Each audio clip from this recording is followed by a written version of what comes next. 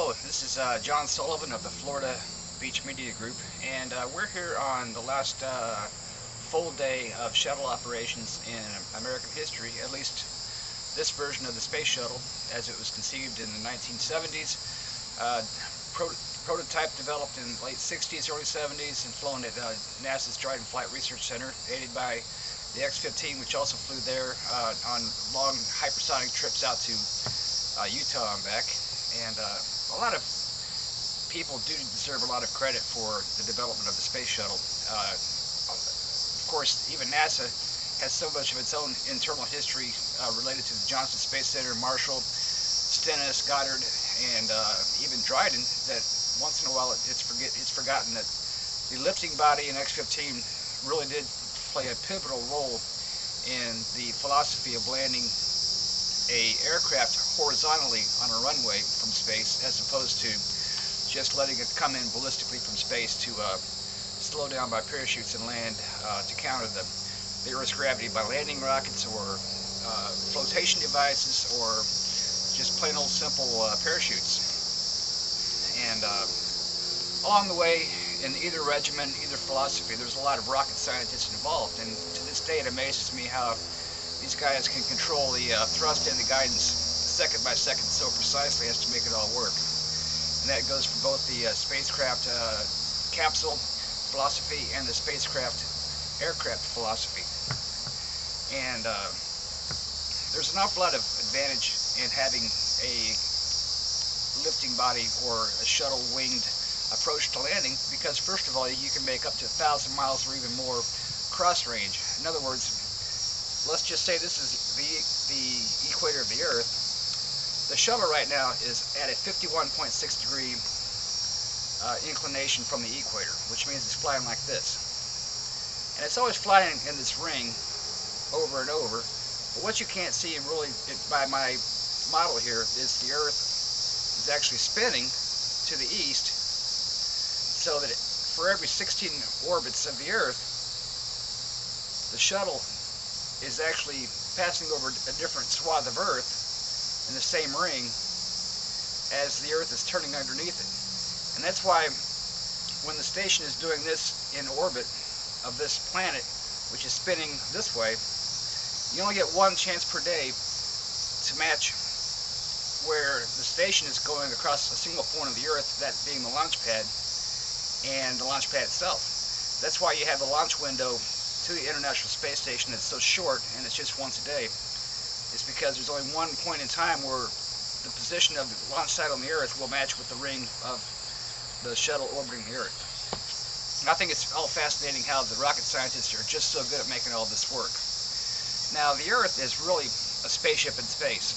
What you're not going to see in any of my models is that with the sun over there, the Earth is actually zooming very rapidly, but we don't seem to notice all that speed down here unless we're running across a debris field of an old comet, and that's why you have your meteor showers as the Earth's crossing through it. And for the most part, we seem to think that we are just a solitary, stationary place on Earth, but really Earth is a spaceship. It really is. It has everything we need to survive. It's all self-contained. Anything that comes in from outside can either cause damage to it by kinetic energy colliding with the Earth, as you see with the extinction of the dinosaurs perhaps, or plate tectonics erupting, or it can cause biological damage. And there's always been theories that a lot of the plagues over time have been from microbes or something coming in from outside that really aren't designed to be compatible with our life forms here. So it really is a very fragile environment. And even the space shuttle and the space station crews, as they reflect upon their views of the Earth and the isolation of spaceship Earth as they're flying over it, will always tell stories of just how beautiful and majestic and isolated it is to be here. But on the other hand, when I was growing up in the 1960s as a boy, I could literally go up and see the moon out there in space, and we were actually watching on television. No, it was not a hoax. It actually happened.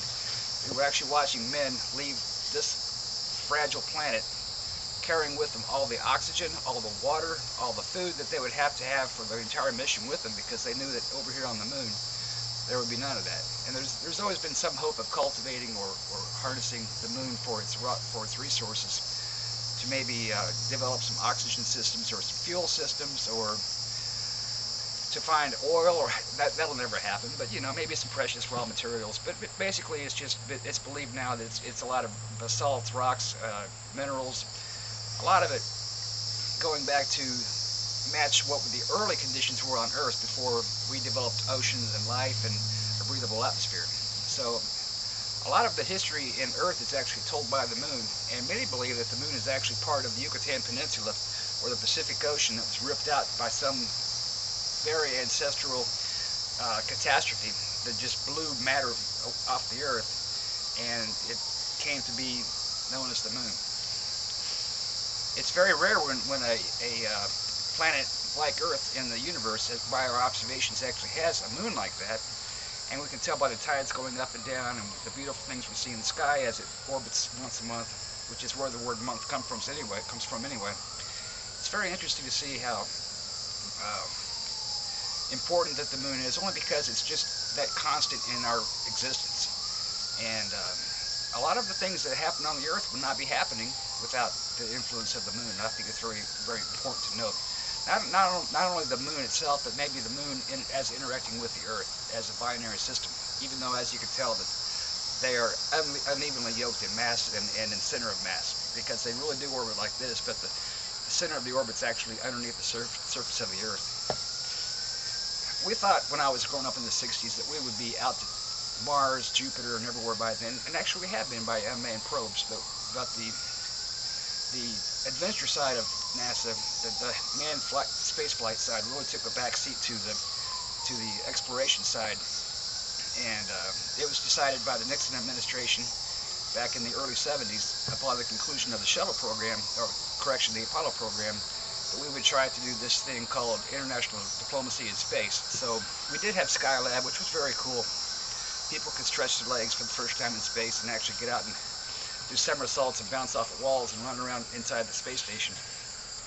And Skylab was very cool, and in many ways the Soyuz Apollo program was as well, because it really showed for the first time that different nations with their own selfish agendas at the backbone of the effort could still find common ground in space and ways to work together. And in some ways it's philosophical more than productive, but it's still, you know, it did keep the peace. The 1970s development of the shuttle was really an art of compromise between different competing interests. You had one side wanted to launch the DoD satellites and things that couldn't fit on the existing rocket pads at the time, and the other side wanted to do experimentation. Some of the shuttle's experiments have really been profound and very informative. One is a tether experiment where they've actually dropped a tether, unreeled a tether, and it turns out that when you're orbiting the Earth, the tether will actually go tight because of the differences between the gravitational pull between the lower object and the higher object. And I thought that was all fascinating, how it all kind of, the tether will just go like this around the Earth and it will stabilize.